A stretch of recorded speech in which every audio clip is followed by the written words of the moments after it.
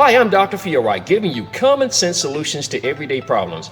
And today I will share with you another recipe from the Dr. FeelRight Fat Loss Catalog. Now, this is my all-time favorite recipe that I will now share with the world. It is my previously secret recipe for my amazingly delicious Three Musketeers chocolate keto cheesecake. In this cheesecake recipe, I will specifically formulate the ingredients to closely mimic a Three Musketeers bar, including the chocolate coating. Now, to be sure, this will not be exactly the same as eating a Three Musketeers candy bar, but you will be shocked and pleasantly surprised at how close this cheesecake will come to it. This is one of the best cheesecake recipes on YouTube, keto or regular. The Cheesecake Factory will want this recipe. It's that good. Intrigued? Let's find out. You will need the following ingredients for this cheesecake and a few more for the topping. For this, we will be using my 3-minute frosting recipe. First things first, you will need erythritol, and it can be granulated, but it's better for it to be the powdered version. But I will tell you, in this case, it must be powdered when we will use it for the frosting. There is no way around that, because if you don't use it powdered, it will be very grainy. So we don't want that. Okay, the first thing we have to do is we have to create the cookie crust. And for this, we're going to be using cookies. And what you want to do is you want to find a cookie that has a relatively low carb content, because you're going to use 8 of them. Goya cookies have less than 24 grams of carbohydrate in my experience. And what you can do is you can use anything that you want based on your preferences, but you want to go with something that has a relatively low carbohydrate count. Just look at the container and you can tabulate and you can come up with what you want to use. So you want to make sure that you don't take the shortcut of buying a cookie crust. Because if you do, you're going to have one that has a lot more carbohydrate, because they're going to put sugar in it. And you can go that route, but I'm just going to warn you right now, it's going to have more sugar than what you're going to have if you make it yourself. You'll also need whipping cream or half and half. Whipping cream is preferable, but you can use half and half, as I stated. You need a package of cream cheese. I use the 1/3 less fat version, but you can use full fat, just not fat-free, because fat-free has a lot of carbohydrate in it. You need some cornstarch, butter or margarine, and cocoa powder.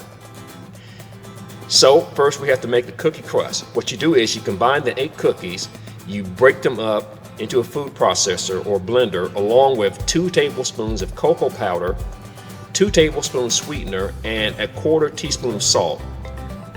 Pulse the mixture thoroughly and then add 1 tablespoon of butter. Pulse it until it's completely incorporated.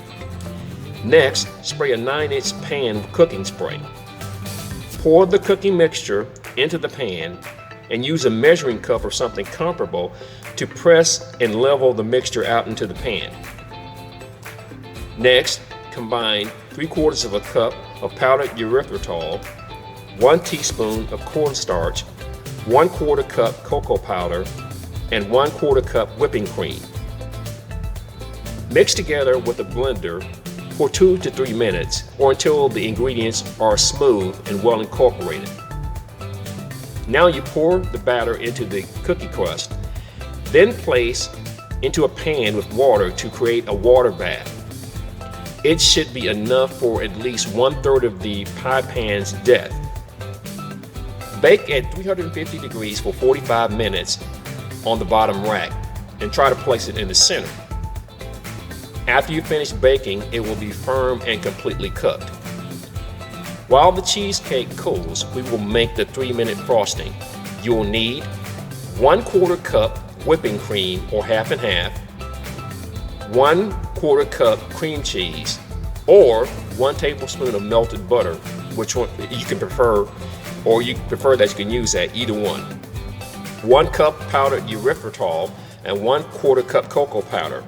Now this will create a small cake-sized amount of frosting, and you will either have some frosting left over, or you can use some of the frosting that you had if you have used this recipe before. You simply defrost it by putting it in the microwave for a few minutes, and then it will have the consistency that you can stir it up and then you can use it and frost the cheesecake. Now what you do is, if you're starting from scratch, you simply mix the ingredients that I mentioned before together into a bowl, and you whip the mixture for about 2 minutes. And at that point, you can adjust the consistency and the color by adding a little whipping cream for a lighter or creamier frosting, or adding cocoa powder for a darker consistency. What you want to do is you want to let the cheesecake cool completely for 45 minutes to an hour.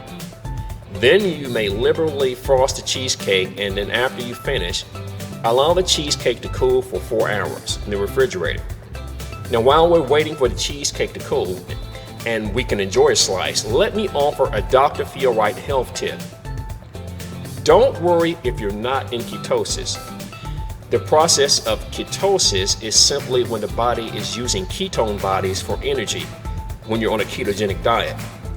But the key factor when you're in a diet like this, a low carb diet or ketogenic diet, is that you're on a carbohydrate deficit, which forces your body to utilize fat as an energy source.